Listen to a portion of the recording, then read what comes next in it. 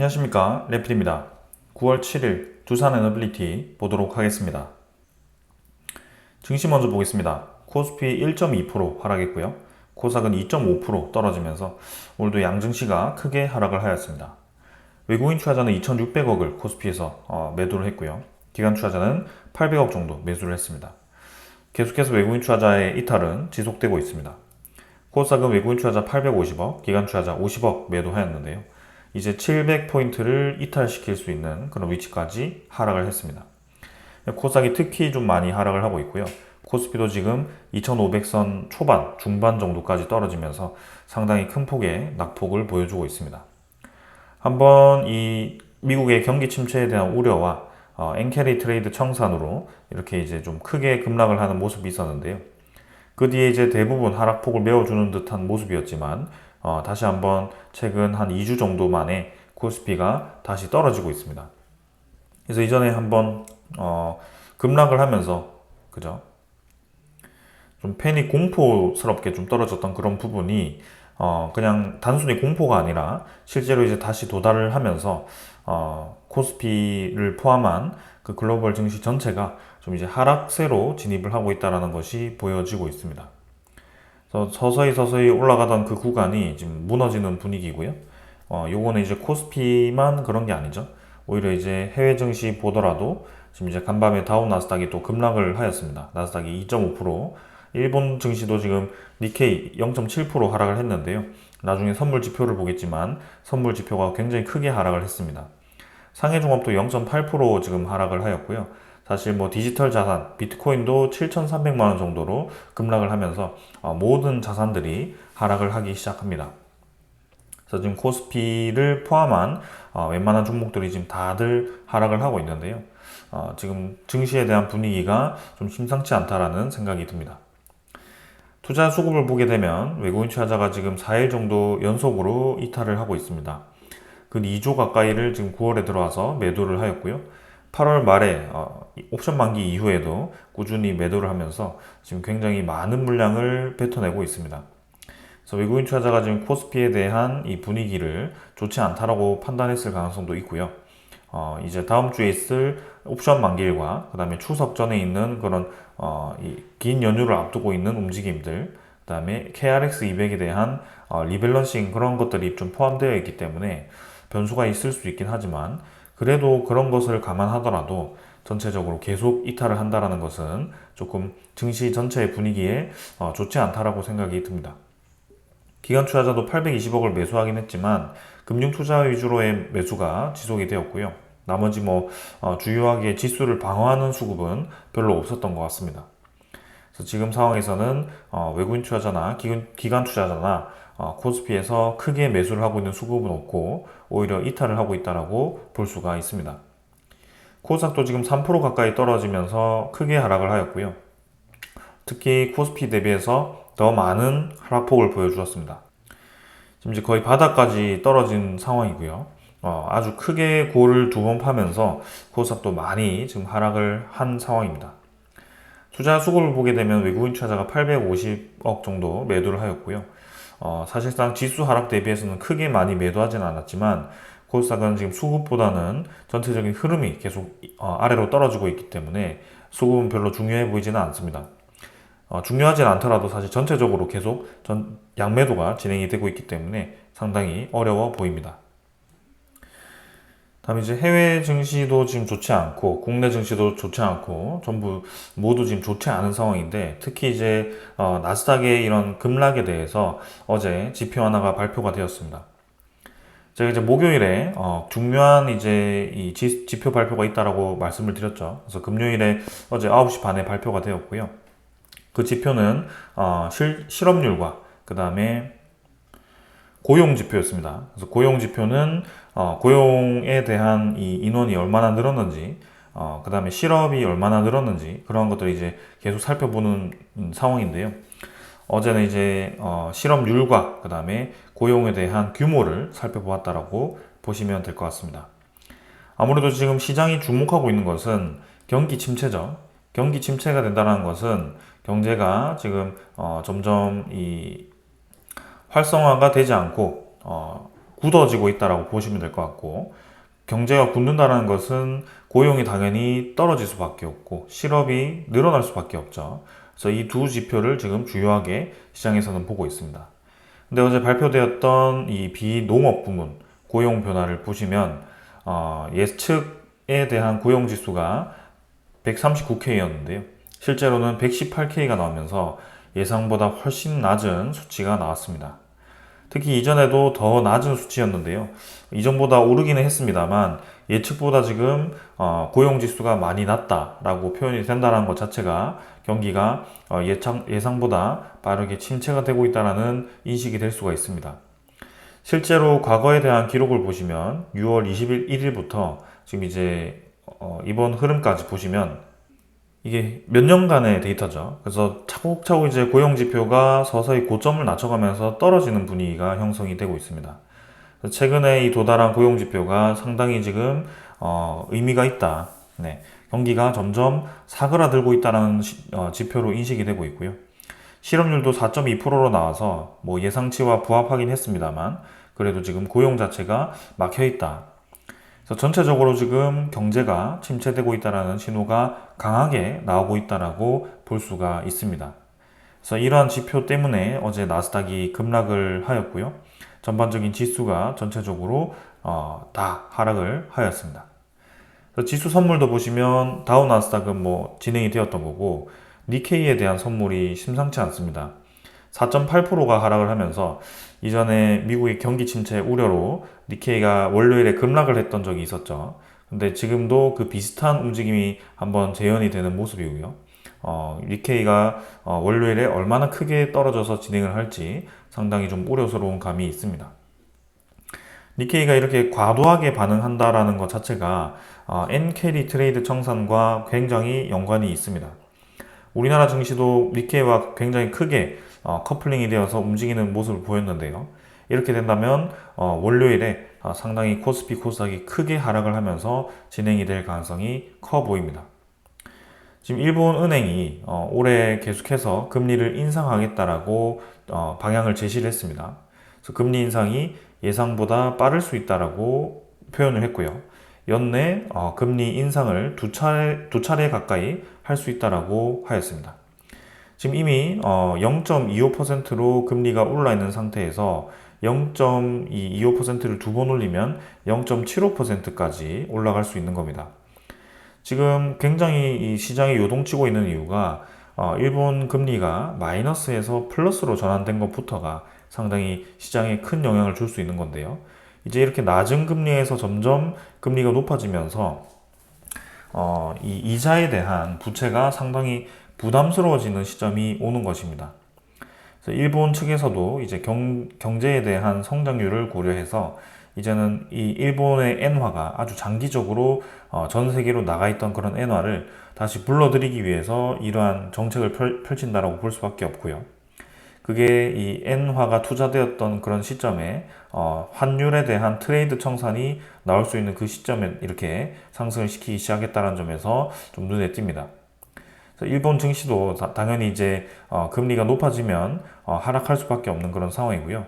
전 세계가 이제 금리 인하를 하는 그런 상황에서 오히려 일본은 금리 인상을 하고 있다라는 점에서 상당히 지금 이전에 볼 수 없었던 그런 상황이다.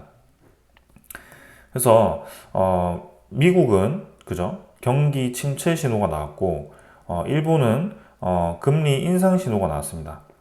이렇게 된다는 것 자체가 미국은 경기 침체가 되면 어떻게 해야 되죠? 금리를 떨어뜨려야 됩니다.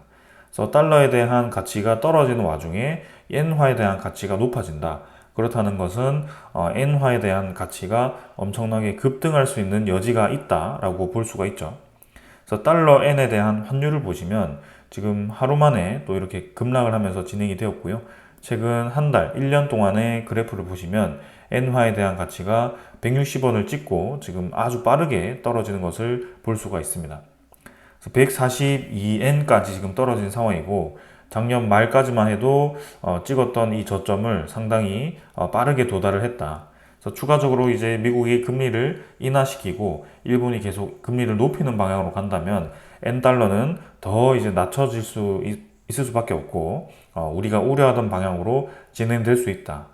그러면 이렇게 이제 엔화에 대한 가치가 높아진다라고 했을 때는 이제는 밖에 나가 있는 일본의 이 자금들이 엔화로 교체를 해서 다시 일본으로 들어올 수 있는 그런 상황이 생기는 겁니다. 그래서 미국의 증시라든지 우리나라 증시라든지 이런 여러 투자처에서 일본의 자금들이 이제 빠져나가기 시작할 건데요. 그게 엔캐리 트레이드 청산이라고 볼 수가 있습니다. 지금 단순히 경기 침체, 아래 공포 때문에 증시가 떨어지는 것도 있지만 일본 증시, 니케이가 특히 5% 가까이 또 하락을 하고 있고 월요일에 우리나라 증시도 크게 하락을 한다면 엔캐리 트레이드 청산이 같이 나타나면서 하락할 가능성이 있다라고 볼 수 있습니다. 이전에 찍었던 이 하락에 대한 저점이 월요일에 다시 한번 도달을 할 수가 있고요. 2400선으로 다시 진입을 할 수 있는 아주 위험한 상황이다라고 보여집니다. 지금 개별적인 종목 이 분석 자체가 크게 의미가 없는 것이 글로벌 증시 전체가 저렇게 아래로 내려가고 있는 그런 상황 속에 거시적인 이 지수가 저렇게 크게 떨어진다면 개인적인 종목이 올라갈 수가 없는 그런 상황입니다. 그래서 이러한 것들을 좀 보면서 우리가 천천히 좀 대응을 해야 될 것 같고요. 지금 상황에서는 다시 한번 경기 침체에 대한 신호가 좀 완화되기를 기다릴 수밖에 없습니다. 그래서 이 FOMC에 대한 회의가 빨리 열려가지고 금리를 0.25%, 0.5% 어떻게든 내리는 결정을 하고 나서 이 시장에 대해서 다시 침체 신호가 좀 완화되면서 그렇게 진행이 되어야겠지만 계속해서 이 금리 인하가 또다시 가속화된다는 신호와 함께 일본의 금리 인상이 겹치게 되면 엔화에 대한 가치가 점점 높아지면서 트레이드 청산에 대한 우려가 점점 커질 수밖에 없습니다. 그래서 이러한 부분들을 전부 다 좀 고려를 한다면 굉장히 지금 복잡한 상황이기 때문에 지금은 천천히 좀 지켜볼 수밖에 없다라는 생각입니다. 그래서 이전부터 제가 이 금리 인하에 대한 시그널이 단순히 증시를 올리기 위한 첫 시그널보다는 처음 이 시작 구간이 증시가 하락할 수 있는 상황이 될 수 있다라고 말씀을 드렸습니다.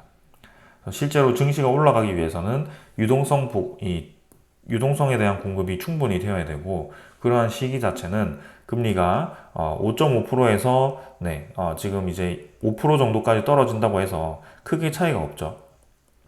적어도 유동성이 어느 정도 공급된다고 했을 때는 적어도 3%대는 진입을 해야 되지 않나. 그래서 금리가 정상적으로 진입을 해서 시장이 좀 반응을 얻기 위해서는 적어도 내년 하반기는 돼야 되지 않나라는 그런 생각이 드는 것입니다.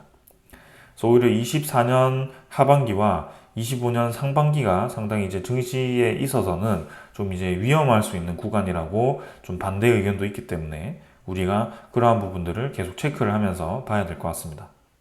그래서 지금은 빚을 내서 이제 신용을 내서 투자하는 시기가 절대 아닙니다. 이제는 현금을 가지고 있는 사람들이 버틸 수 있는 그런 구간이라고 보시면 되고요. 주가가 더 떨어지면 현금을 가진 자들이 매수할 수 있는 기회가 될 수 있는 그런 지표이다. 그래서 우리가 이제 코로나 이후에 크게 이제 이 코스피 코스닥이 하락을 했다가 급등을 했다가 다시 한번 하락을 하고 또 이렇게 왔다 갔다 하는 그런 상황이 생기고 있는데 이미 이 문제 자체는 이 코로나가 벌어진 이 시점부터 굉장히 어려워졌다. 그래서 이 패턴 자체가 무난하게 흘러가지 않고 지금 이제 떨어졌다가 올라갔다가 떨어졌다가 올라갔다가 계속 이 큰 밴드를 그리고 있기 때문에 상당히 시장이 어렵다라고 볼 수가 있습니다.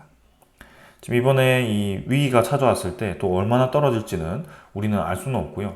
이 위기가 생각보다 크지 않고 넘어갈 수도 있고요. 지금은 예단하기가 어렵습니다. 그러나 그동안 수십 년간 엔화가 이제 계속 외부로 유출되고 있다가 일본이 금리를 인하하는 그 시점에 미국의 경기 침체가 겹쳤다는 것은 상당히 큰 위기가 될 수 있다는 것을 우리가 이전에 하루 만에 코스피가 10% 가까이 떨어졌던 이 날을 보고서 알 수가 있었습니다. 그래서 이런 부분들을 고려할 수밖에 없고요. 지금 하락에 대해서 미리 대비하는 것은 조금 이제 늦었다라고 볼 수 있고 최소한 이제 우리가 버틸 수 있는 그런 체력을 가지고 있어야 된다. 그렇게 좀 생각을 합니다. 그래서 한번 그 상황을 계속해서 지켜보고요. 여러분들께 정리를 해서 전달 드리도록 하겠습니다. 그다음에 이 원화에 대한 가치도 지금 1339원인데요. 지금 뭐 요거는 크게 중요하지 않은 것 같습니다. 오히려 엔화에 대한 가치가 더 중요해 보이고 엔화의 가치가 너무 높아졌을 때는 문제가 될 수 있다. 실제로 지금 941원까지 반등을 하면서 엔화에 대한 가치가 상당히 빠르게 올라가고 있는데요. 네, 이러한 부분들도 부담스럽다라고 생각이 됩니다. 자, 오늘 이 정도로 증시에 대한 분위기 살펴보았고요. 다음 주 월요일은 상당히 크게 하락을 할 가능성이 있어 보입니다. 그래서 블랙 먼데이와 함께 옵션 만기일과 그 다음에 다음 주 이제 다다음 주 추석이 있기 때문에 상당히 다음 주는 힘든 이 장이 될 것 같고요. 그 장을 이제 분위기를 반전시킨다고 한다면 이제 다음 주에 물가지표, 소비자 물가지표가 발표되기 때문에 물가지표가 예상보다 낮게 나와서 이제는 금리 인하에 대한 시그널이 어느 정도 확실해졌다. 근데 이제 또 그 금리 인하가 일본 엔화와 이렇게 겹쳐서 어떻게 또 시장에서 받아들일지는 한번 봐야 될 것 같습니다. 아까 보지 않았던 지표가 하나 있는데 그 채권 시장에 대한 지표죠. 미국 10년물 국채금리도 급락을 하게 됩니다. 경기에 대한 침체 우려로 이제는 저점을 깨고 3.7% 초반, 3.6%대까지 진입을 하였습니다. 그래서 어떻게 보면 시장이 정상화가 되는 그런 과정이다라고 볼 수가 있는데요. 그동안 높은 금리가 유지되었던 그 움직임이 이제는 뒤에 이렇게 반응이 나타나기 시작했다. 이전에 말씀드렸던 것처럼 우리가 라면이나 뭐 음식을 끓이기 위해서 찬물을 받아놓고 팔팔 이제 불을 끓이고 있는 그런 상황인데 우리는 이제 어느 정도 끓을 때쯤 되면 기포를 보고 불을 이제 강도를 줄이게 되는데요. 지금 이 경제 같은 경우는 아직까지도 이 불을 하나도 줄이지 않았습니다. 근데 이 반응이 굉장히 늦게 나타난다. 이 반응을 즉각적으로, 직관적으로 우리가 보기가 어렵다는 점에서 상당히 어려운 상황이라는 겁니다. 그래서 지금 5.5%에서 빨리 5%, 4%대로 이 금리를 떨어뜨려야 된다는 그런 목소리가 점점 커지고 있는 것이 이미 우리가 내리기에는 시기가 늦었다는 거죠. 이 반응 자체가 내년 상반기에 나올 수 있다. 이렇게 주장하는 사람들이 많습니다. 그래서 그러한 부분들이 지금 얽히고 설켜서 우리가 보고 있는 거고요. 이 모든 것을 전부 다 이해를 할 필요는 없겠지만 적어도 한 번은 지금 위기가 올 때가 되었다. 그게 금리 인하가 급격히 되었다가 금리 인상이 급격히 되면서 나오는 부작용이 서서히 나타나기 시작했고 이제 물가가 잡히고 경기 침체와 이제 경기 활성화가 되는 그 사이클로 다시 돌아왔는데 그 한 번이 고비가 남았다. 그래서 그거를 우리가 지금 하반기에 나올지 상반기, 내년 상반기에 나올지는 아무도 알 수가 없고 차분히 그냥 경기에 대한 연착륙으로 그냥 큰 타격 없이 넘어갈 수도 있다. 근데 이러한 부분들은 우리가 적어도 전체적인 흐름 정도는 이해를 하고 시장에 접근을 해야 되고 지금은 불확실성이 굉장히 큰 상황이기 때문에 무리한 투자는 하면 안 된다. 이렇게 말씀을 드리도록 하겠습니다. 자, 오늘 이 정도로 증시 분위기 살펴보았고요. 종목으로 넘어가겠습니다. 두산 에너빌리티 보겠습니다. 오늘 50원 하락했고요. 0.3% 떨어져서 16,570원으로 마무리가 되었습니다. 시간의 거래는 추가적으로 하락해서 150원 정도 하락했고요. 거래량은 여전히 부족했죠. 근데 지금 중요한 것은 두산 에너빌리티의 개별 움직임이 아닙니다. 뭐 며칠 연속 떨어졌냐가 문제가 아닙니다. 앞서 이 증시 전체 분석에서 말씀드렸듯이 지금 증시에 대한 분위기가 굉장히 좋지 않습니다. 월요일도 크게 하락이 예정되고 있기 때문에 두산 에너빌리티가 코스피가 한 4%, 5%까지 빠졌을 경우에는 16,000원은 그냥 이탈시킬 수 있고요. 15,000원, 14,000원까지도 단숨에 도달할 수가 있습니다. 지금 거래량이 부족한 채로 움직이고 있기 때문에 사실 뭐 금방 올라갈 수 있다라고 해서 말씀을 드렸는데 저렇게 이제 증시 전체가 계속 흔들리고 있는 상황이라면 바닥이 어디까지 갈지는 아무도 알 수 없습니다. 두산 에너빌리티만 그런 게 아니죠. 삼성전자, SK하이닉스 모든 종목들이 지금 그렇게 움직이고 있고요. 고점 대비해서 잘 나가던 종목들도 상당히 빠르게 지금 떨어지고 있기 때문에 개인 투자자들이 최근에 들어갔다라고 하면 상당히 크게 손실을 볼 수 있는 그런 상황이다라고 볼 수가 있습니다. 그리고 우리들처럼 이제 이렇게 장기적으로 보고 단기적으로 이제 수익을 낼 수 있는 구간이 왔다가 다시 한번 떨어지는 분위기이기 때문에 이것도 이제 상당히 좀 마음이 아프기도 한데요. 일단 전체적으로 계속 그렇게 증시가 갈피를 잡지 못하고 빠지고 있다라고 보여집니다. 그래서 그 두 가지 이유는 앞서서 말씀드렸고요. 앞서 내용을 이제 생략하셨다면 오늘은 자세하게 좀 보시는 것을 추천드립니다. 그래서 미국의 경기 침체와 엔캐리 트레이드 청산이 상당히 우리나라 증시에 크게 영향을 주고 있고 특히 코스피 상위 종목에 많은 영향을 줄 수 있다. 이전에 두산 에너빌리티도 말도 안 되게 빠졌던 그 구간이 월요일에 다시 한번 나올 수 있고 그 부분에 대해서는 좀 이제 우리가 마음의 준비를 단단히 해야 될 것 같다라는 생각입니다. 그래서 지금은 뭐 추가 매수에 대한 기회가 생기더라도 매수를 하지 않는 것이 좋을 것 같고요. 단순히 그냥 지켜보는 수밖에 없고 신용 투자에 대해서는 이제는 당분간은 하지 않는 것이 좋을 것 같습니다. 그래서 현금을 가지고 버티는 장이 왔고요.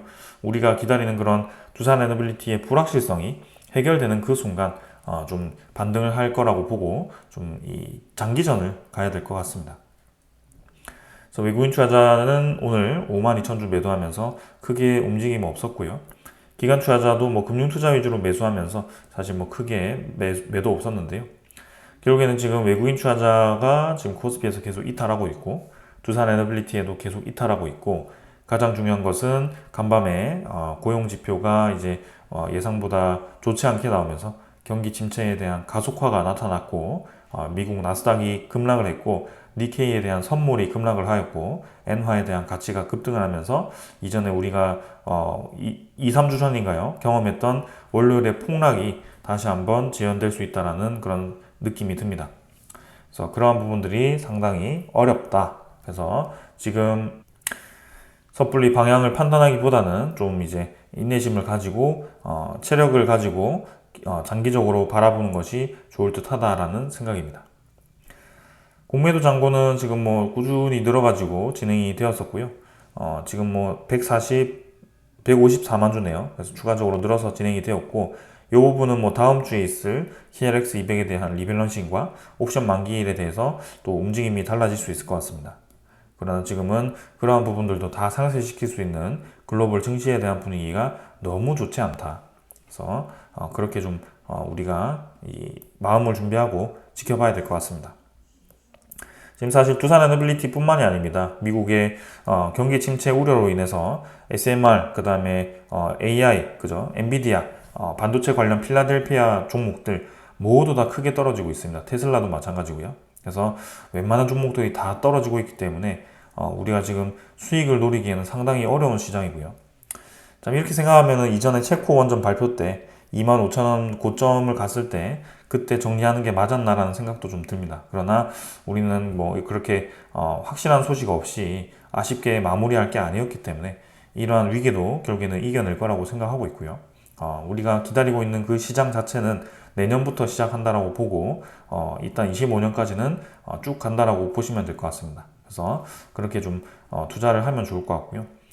지금 이제 합병이 굉장히 괘씸한 상황에서 또 증시가 이렇게 진행되다 보니까 두산 경영진들도 굉장히 머리가 아플 것 같아요. 그래서 웬만하면 이러한 큰 폭락 시장에서 합병이 무슨 소용이 있겠습니까? 합병하지 않는 게 좋을 것 같고요. 아예 그냥 철회를 하는 게 어떻겠나라는 생각입니다. 그래서 아무튼 지금 뉴스케일 파워는 크게 또 급락을 하였고 6달러까지 진입을 합니다. 그래서 상당히 어려운 시장이 지속되고 있다. 두산 에너빌리티도 지금 이제 대차 정보를 보시면 지금 상원이 13만 주 정도 되었지만 뭐 크게 중요해 보이지 않고요. 1260만 주 정도 되고 있고 그다음에 종목 상세도 거의 동일하게 진행되어서 20.9%. 근데 월요일에 어떤 흐름이 보일지는 좀 봐야 될 것 같다. 상당히 큰 하락이 예상이 된다라는 말씀을 드립니다.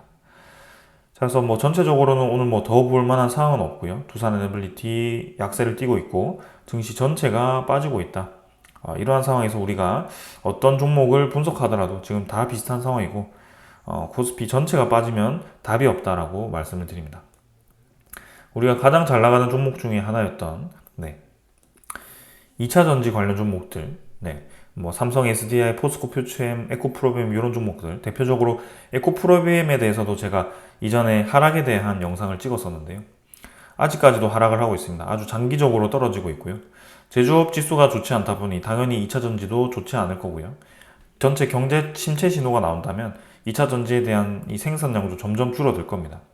그래서 실컷 이제 캐파 늘리고 공장 투자 해놓으면 이렇게 이제 에코프로비엠처럼 시장이 급격히 좋지 않았을 때 이러한 상황이 만들어지는 거고요.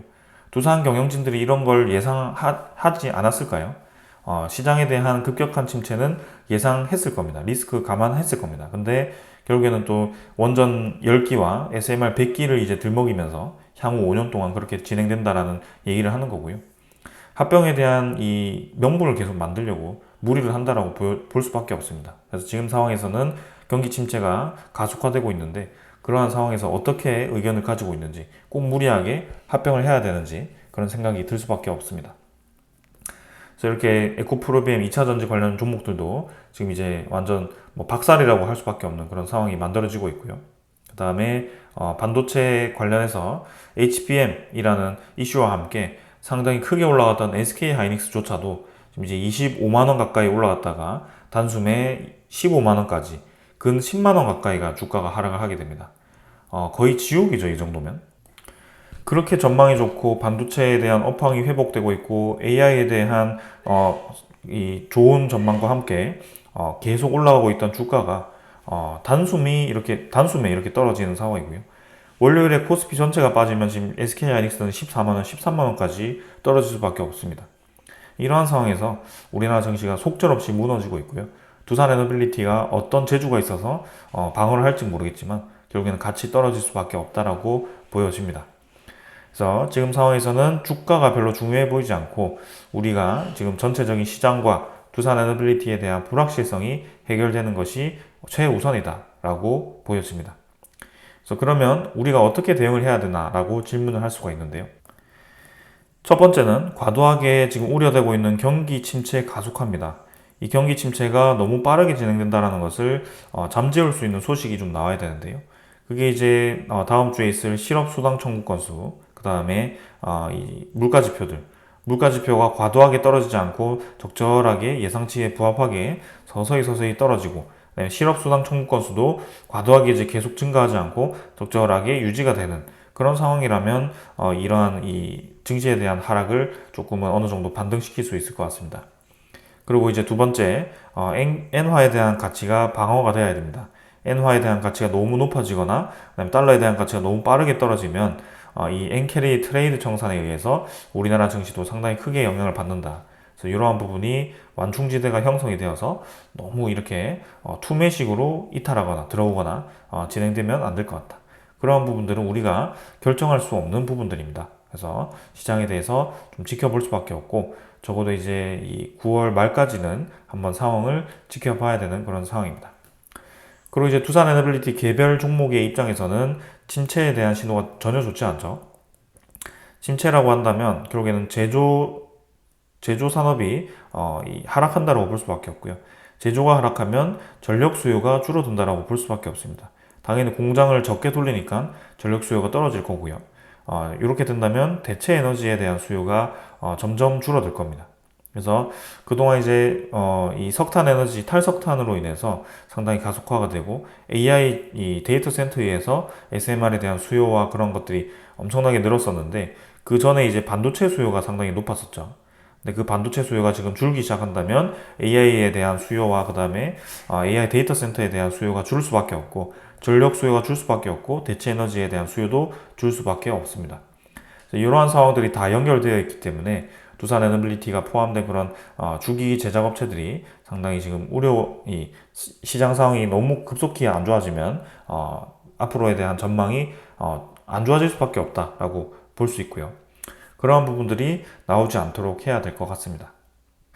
뉴스케일 파워도 계속 소문만 무성하고요.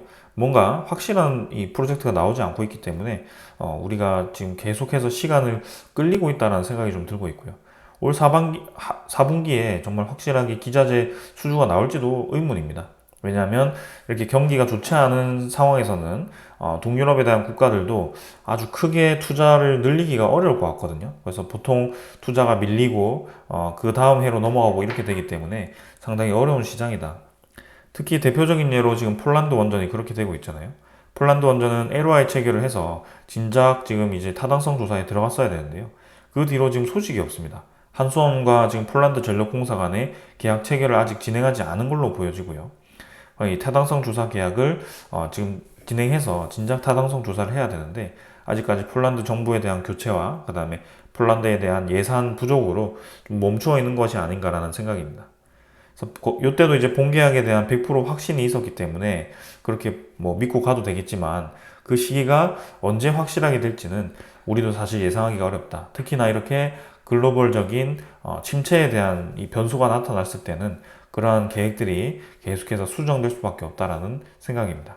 그래서 우리가 굉장히 오랫동안 보고 투자를 길게 보고 진행했지만 그 사이클 자체가 우리가 예상하는 것처럼 떨어졌다가 올라갔다가 이렇게 단순하게 움직이는 것이 아니라 흔들고 있기 때문에 상당히 어려운 상황이고요.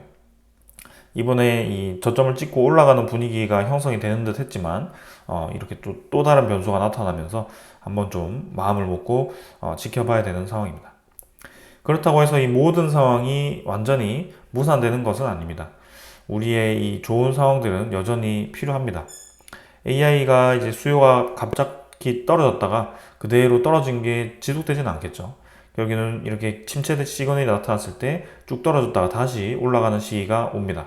그래서 그때를 대비해서 SMR에 대한 투자가 어느 정도 필요하긴 합니다만 당장 이제 급하게 투자할 필요는 없다라는 시점에서 조금 이제 투자가 밀릴 수도 있다라는 생각이죠.